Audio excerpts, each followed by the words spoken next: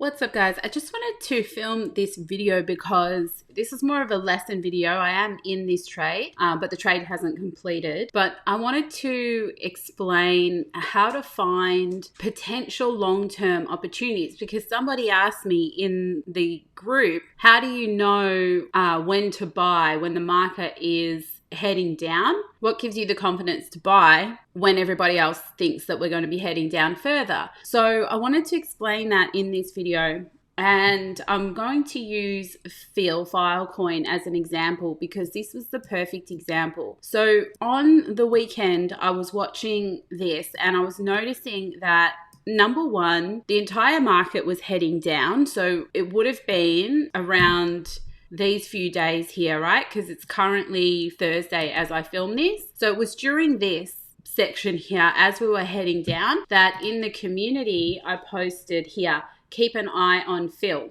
You can see here, 26th of the 9th. So that was here on this candle right here. So what made me think at that point in time when the whole market was heading down and even Bitcoin was not looking positive? We'll have a look at Bitcoin on the 26th of the 9th, 6th here. So Bitcoin was pulling in 2 dojis, and at the time we were thinking Bitcoin might actually head down to that 38K. So when everything looks like it's really bearish, what gives you the confidence to buy? So going back to Filecoin. Now, number one is I always mark out the daily level of support, which was around this level here. Now, if we get multiple touches and don't break through it, at that point in time, you have to think to yourself, well, we're either going to eventually break through it and head down to the next level, especially if lower highs are being created, or it's running out of steam and this is the level that buyers are going to eventually get some strength and change trend. So you don't make a decision until that has actually happened. So looking at that area there, for example, you wouldn't have had a short or a long bias until we broke out one side. However, we're talking about this section here. So what had happened was I was watching the entire market bleed, and whilst an entire market is bleeding, that's when you want to look out and see what has had the biggest effect and also has the biggest upside potential. So zooming out and looking at this, if this was able to hold its support, then it had a huge upside potential. If I measure that out, back up to the wick, that's a 474%. So that makes this something that I definitely want to look for to see if the bull market returns. I want to be in this as low as possible. And this is just based off technical analysis. I don't even really care about the fundamentals. So step one is it bouncing off a support level? Step two is what's the upside potential from that? Step three is, as we do head down, are we going to come back to that support again, or do we create a higher low? So having a look at this, we have to bear in mind that we were up to this candle here, okay? So at this point in time, I was waiting to see if we would come down. Now, this is where the RSI comes in. So, and this was my reason for posting this. So whilst we were on this candle here, I could see that the RSI on the daily was heading into oversold. So now that prompts me to go and have a look at other time frames. So I just literally go down time frame by time frame. So on the 12-hour, I could see here that we are in oversold. On the 8-hour, we were in oversold. On the 6-hour, we were in oversold.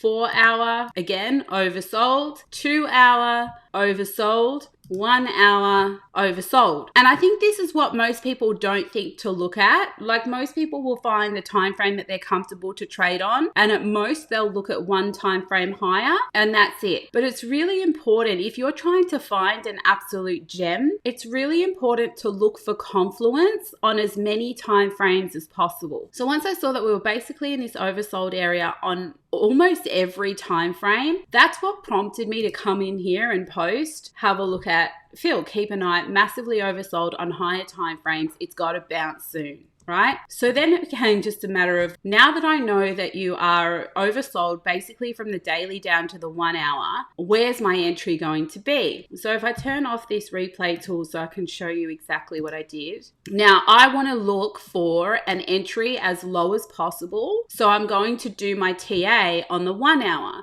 So at the time, this was the area on the 1 hour that post was happening. That's the 26th of September there. So I saw this big star pattern happening here, and that was it. That was my trigger there. So my entry for this actually went in somewhere around one of these two candles after that closed.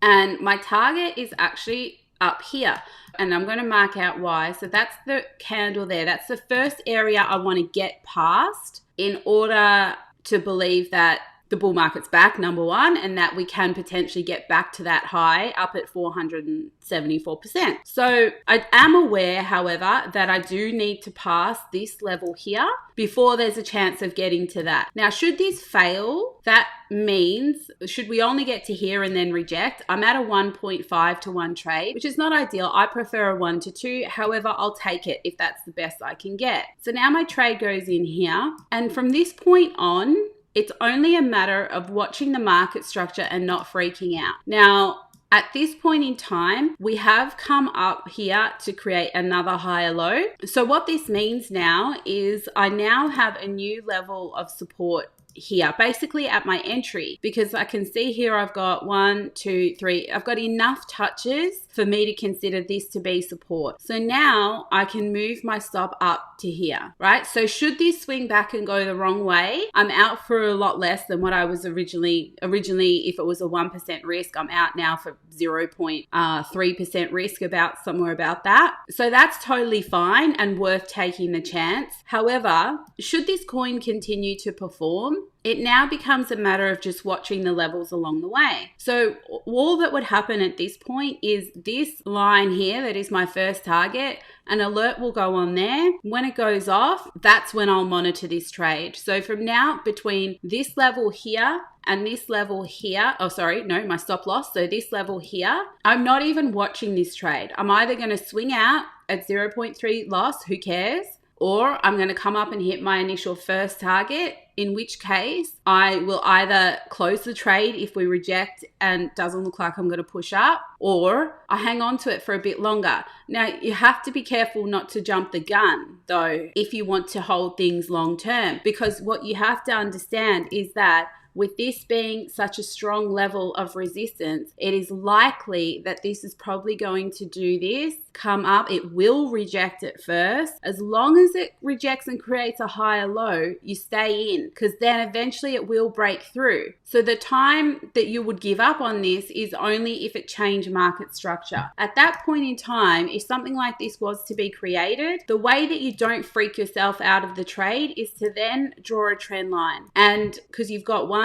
2 points here, you're now waiting for the third. So this could literally do a big swing like this, for example, come all the way back, touch this trend line, do it again, touch it again, and then eventually break through. But if you want to hold it long term, then you're not exiting this trade unless it breaks this trend line now. Once you can get through that initial zone, at that point you can remove your risk and move your stop up to this level. From then on, it's just a matter of holding. But at each level, you have to think to yourself, where is the next level that things are going to get tricky? And that's going to be up here. And that's very obvious because you can see that price consolidated for a period of time. Then it had its last attempt to push up. It failed and it dropped out dramatically. So you have to know that there are orders here already waiting to get filled. So the next battle zone, if we can get through this one, is going to be this one. And so if you want to hold trades long term, you just have to be prepared for rejection at every battle zone. But as long as the market structure on higher time frames keeps creating higher highs and higher lows, there's no reason to get out. So you would only really watch this trade up until your first resistance area and break on the 1 hour. After that, you're moving up to the 4 hour and the daily, because if you want to hold things long term, you don't hold them long term based off a 1 hour chart. So hopefully that makes sense. It's a very easy way to identify using RSI